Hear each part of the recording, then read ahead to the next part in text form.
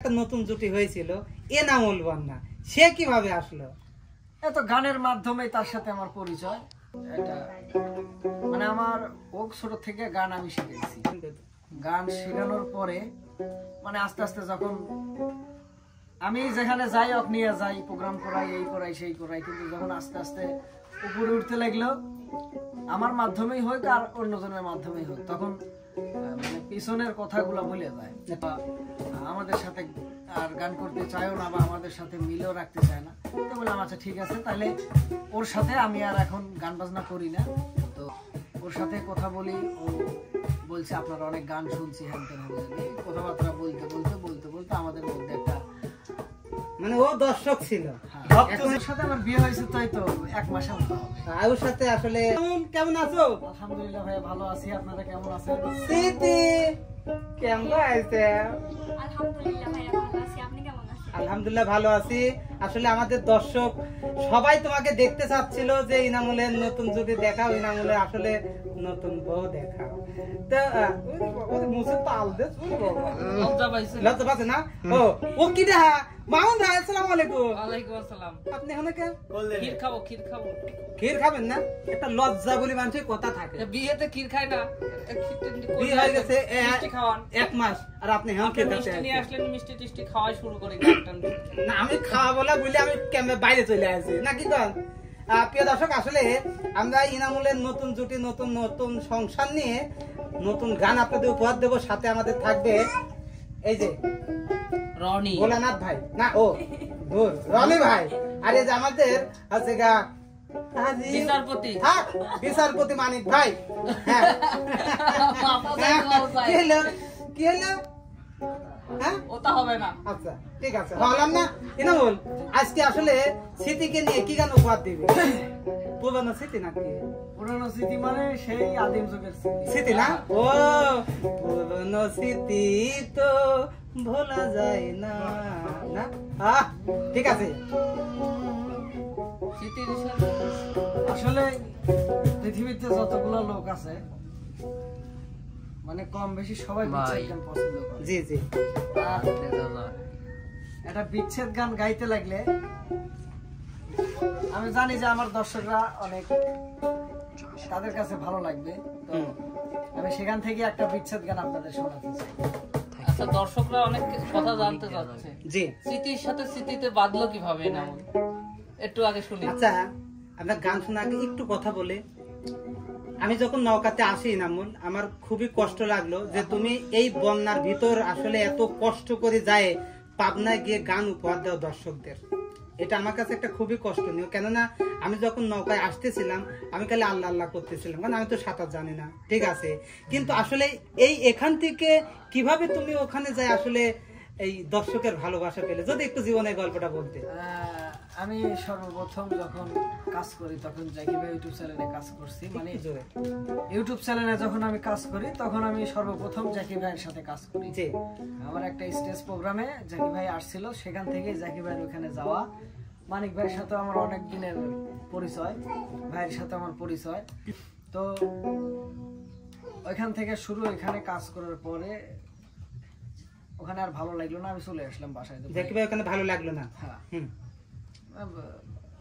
আমার এখানে গান বাজনা করছি, ভালোই লাগছে, কিন্তু এক জায়গায় থেকে গান গাওয়া আসলেই অনেক কষ্টকর। তো ওখান থেকে চলে আসার পরে আমি সাগর ভাইয়ের সাথে কথা বলি এসএসপতি ভাই আমি কাজ করার সিদ্ধান্ত নেই। তো বাসায় আসার পরে আমি একদিন কথা বলার পরে তারা বাসায় আসছিল, আসে আমার গানটা নিয়ে আমাকে নিয়ে গেছে ওরা সাথে করে। তো এখানে অনেক দিন ছিলাম, প্রায় 2 বছরের মতো। প্রায় 2 বছরের মতো কাজ করার পরে এখান থেকে প্রথম যখন আমি একটা গান দেই, সেই গানটাই আমার ভাইরাল হয়েছিল, 15 মিলিয়ন ভিউ হয়েছিল। তো সেখান থেকে আমার উঠে আসা, আর এত দূর থেকে আমি ওইখানে যাই শুধুমাত্র মানুষের গান শোনানোর জন্য, মানুষের ভালোবাসা পাওয়ার জন্য, আমার যত দর্শক আছে তাদেরকে বিনোদন দেওয়ার জন্য। আমি বেশি কিছু চাই না, আমি শুধু একটা জিনিস চাই যে বাংলাদেশে 18 কোটি লোক, সেখান থেকে 10 কোটি লোক যদি আমার চেনে, আমার একটা মানে বড় পাওয়া হয়ে যাবে। যে আমি প্রত্যন্ত এক বন্যা নদীর মধ্য থেকে এসে, হ্যাঁ বন্যা করলে মানে সেই এলাকা থেকে আসা যে ছোট্ট মানুষ, তাকে যেন সবাই চেনে, জি, জি। তার সবগুলো ভালোবাসা যেন পায়। আচ্ছা, তোমার সাথে যে একটা নতুন জুটি হয়েছিল এনামুল বন্যা, সে কিভাবে আসলো? এত গানের মাধ্যমে তার সাথে আমার পরিচয়। মানে শুটিং করার পর থেকে? হ্যাঁ, শুটিং করার পর থেকে। তো মাঝখানে আমাদের একটা মানে আমার ওক ছোট থেকে গান আমি শিখেছি। আমি ছোট থেকে গান আমি ওক শিখেছি। তো গান শেখানোর পরে মানে আস্তে আস্তে যখন আমি যেখানে যাই ওক নিয়ে যাই, প্রোগ্রাম করাই, এই করাই সেই করাই, কিন্তু যখন আস্তে আস্তে উপরে উঠতে লাগলো, আমার মাধ্যমেই হোক আর অন্যজনের মাধ্যমেই হোক, তখন মানে পিছনের কথাগুলো ভুলে যায়। ঠিক আছে, এটা দোতলায় উঠলে নিচেকার কথা ভুলে যায়, স্বাভাবিক। তো সেই জন্য যখন দেখলাম যে না, তাদের চোখ ফুটে গেছে, তারা হয়তো বা আমাদের সাথে আর গান করতে চায়ও না বা আমাদের সাথে মিলও রাখতে চায় না, তো বললাম আচ্ছা ঠিক আছে, তাহলে ওর সাথে আমি আর এখন গান বাজনা করি না। তো গান বাজনা ছেড়ে এই তো কিছুদিন আগে এর সাথে আমার দেখা হয়, কিছুদিন মানে প্রায় 1 বছরের মতো। স্মৃতির সাথে ওর সাথে কথা বলি, ও বলছে আপনার অনেক গান শুনছি, হ্যান ত্যান হবে, কথাবার্তা বলতে বলতে বলতে বলতে আমাদের মধ্যে একটা মানে ও দর্শক ছিল, ভয় পাইছি। ভয় পাই যাও না? ভয় পাইছিস? গুড, সেও জানতো আমার সৈনিক। আচ্ছা, হুট করে চমকে উঠেছে, ঠিক আছে।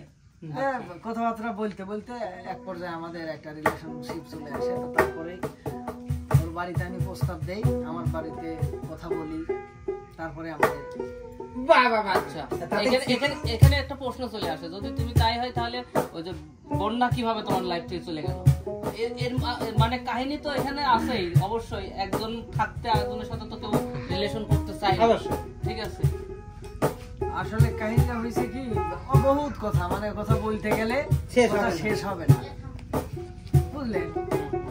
ওর সাথেও আমি দীর্ঘদিন সম্পর্ক করছি, এক পর্যায়ে অনেক কারণবশতে মানে হয়তো বা তার সাথে আমার আর থাকা হয় নাই। আচ্ছা, তুমি যে দ্বিতীয় বিয়ে করলে, দ্বিতীয় বিয়ে করতে গেলে তো মানে বন্যা তো স্ত্রী ছিল, এখন হয়তো নেই নাকি? এখন আর নেই। মানে আসলে বন্যা স্ত্রী থাকাকালীন বিয়ে হয়েছে নাকি ওকে আসলে ডিভোর্স দেওয়ার পরে বিয়ে হয়েছে? ডিভোর্স দেওয়ার পরে ওর সাথে আমার বিয়ে হয়েছে, তাই তো 1 মাসের মতো হবে। আর ওর সাথে আসলে এই হয়েছে কত ব্রেকআপ? ওর সাথে 8 মাস। 8 মাস আগে ওর সাথে সম্পর্ক বিচ্ছিন্ন হয়েছে, তো তারপরে আপনার সাথে। আচ্ছা যাক, অনেক কথা শুনলাম, জি আমরা একটু গানে চলে যাই। তো আসলে 8 মাসের মধ্যে আমি 8 মাস অপেক্ষা করছি, হয়তো বা তার ভুল ভাঙলে সে আসবে, কিন্তু না, সে আসে নাই। আমি তারপরে তাকে বলছি যে তুমি কি আসবা, তুমি যদি না আসো তাহলে আমাকে বলে দাও, আমার এভাবে থাকা অসম্ভব। ঠিক আছে, সমস্যা নাই, আমি আর তোমার লাইফে যাব না, তোমার যা ইচ্ছা, তোমার বিয়ে করা হলে বিয়ে করো, তোমার যদি বলো যে না আমার সাথে থাকবো না, আমি তোমার সাথে আর থাকবো না, তোমার সংসার করবো না। Thank you.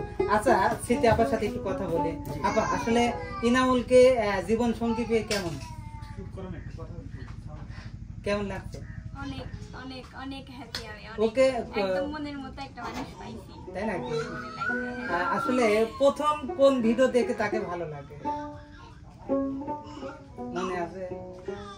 মনে আছে বলতে প্রথম গান দেখছিলাম রিয়া আপু, এরা যে আরো শিল্পী আছে সবাই মিলে গান করে, ওই গান ভিডিওগুলো দেখছি, দেখার পরে ভালো লাগলে তারপরে কন্ট্যাক্ট করার চেষ্টা করি। আচ্ছা, আপনি